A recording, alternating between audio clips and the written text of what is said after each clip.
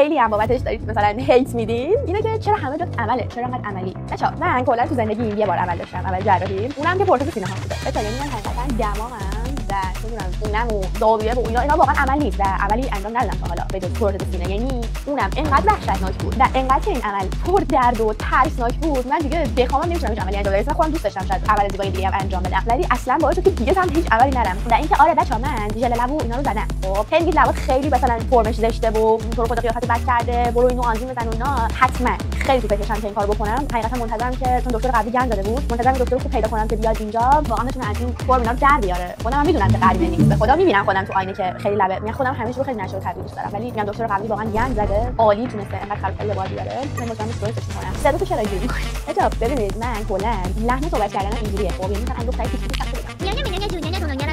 چیکار کنم؟ خودم میگم اینجوری صحبت میکنم. این دست خودم مثلا خداگاه لحن عوض میشه. شما اینجوری بودن که مثلا یه سری دوستان که اولین بار من دیدن اینجوری که این اینجوری صحبت میکنن. بعد متوجه شدم که من واقعا اینجوری صحبت میکنم. اینقدر من میگم 20 ساله بچه‌م بچه‌م واقعا تقریبا نمیشه خیلی بتونم بزرگ صحبت کنم. خودمون بچه‌ای که تو برنامه پذیرفتیم که بیایم خودمون رو بذاریم توی ملأ عام و این اجازه رو به همه بدیم که راجع به اون هر قضاوتی، هر فکری، هر نظری هست بکنن و اینکه دیگه من همینجوری رو بپذیرم. به هر حال من هر صحبتی که میکنم خیلی‌ها ممکنه از این صحبت من خوششون بیاد یا با اون کاری که میکنم موافق باشن، خیلی‌ها اینجوریان که مخالفشن. بچگی آروم بودی یا شیطون؟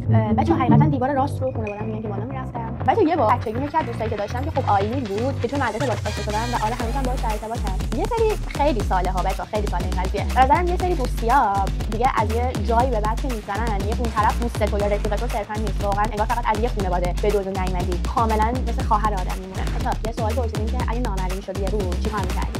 حقیقتا همین الان این لحظه من امروز خیلی گریه کردم. من اینجوری بودم که خیلی دلم برای ایران و خیلی دلم برای خانواده‌ام تنگ شده و اگه نامرئی شدم قطعاً دوست داشتم که برم ایران خانواده‌ام ببینم چون من خیلی وابستگی شدید بهشون دارم. مثلا همینطوره اینا ولی دوست داشتم برم ایران خانواده و دوستام اینا ببینم و خیلی دلم برای ایران تنگ شد. وقتی ناراحتی معمولاً چیکار می‌کنی و چه شکلی درد می‌کنی؟ بچه‌ها اول نفرای زندگی من پدر مادر من توی هر مشکلی هر چیز سختی که واسم پیش میاد اول نفرای مامانم زنگ می‌زنه تو دادن دعا کن. وقتی حالم بده بهش مشاوره میدم که چیکار کنم و دعا می‌کنم. خیلی اوایل که مثلا داشتم شروع کردم ویدیو وایرال کردن از خودم و اینا خیلی چیزای منفی هم می‌گرفتم. کلی گریه می‌کردم، هرس می‌خوردم، مثلا خب من دیگه تلگرام خاطی کنم دیگه نمی‌خوام و اینا. ولی یواش یواش گفتم خب البته قرار نیست همه دوست داشته باشم. یعنی اگه فرشته هم باشی یه سری از صدای بال زدن اذیت می‌شن.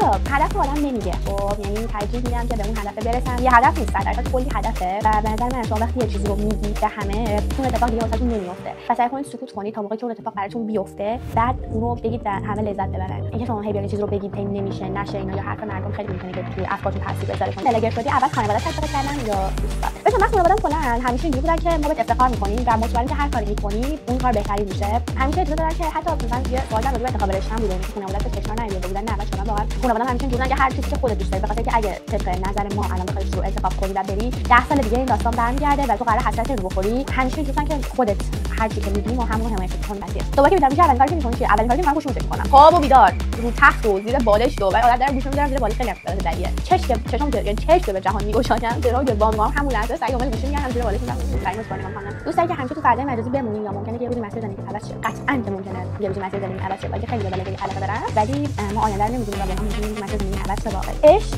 خیلی کلمه مقدس. خیلی یعنی هر موقع شما احساس کردید که یکی رو بیشتر از خودتون دوست دارید و حاضرید برای اون آدم هر کاری بکنید، یعنی اصلا نمی‌تونم دیگه توصیفش کنم. به شدت کلمه مقدسیه و تا موقعی که تو از اون احساس مطمئن نشدی هیچ شخص نمی‌تونه بهت عاشق شدی. عشق اول یا عشق واقعی هم من چون خودم حالا عاشق هستم نمی‌دونم آدم چند بار عاشق میشه ولی فکر می‌کنم که شاید عشق یه باره، همون یه بارم عشق اول میشه یا شاید چند بار عاشق بشین، هر کدوم که بهتر بود یعنی.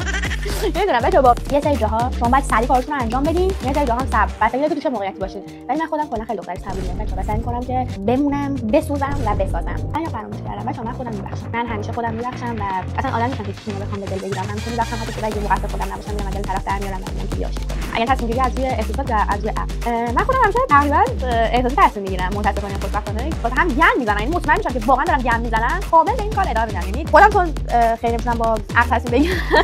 احساساتو میگم. ولی نه بچه‌ها واقعا شما مثل من نباشید. یه جایی هم با عقل تصمیم گرفتم ولی دیگه چقدر ضربه خوردم.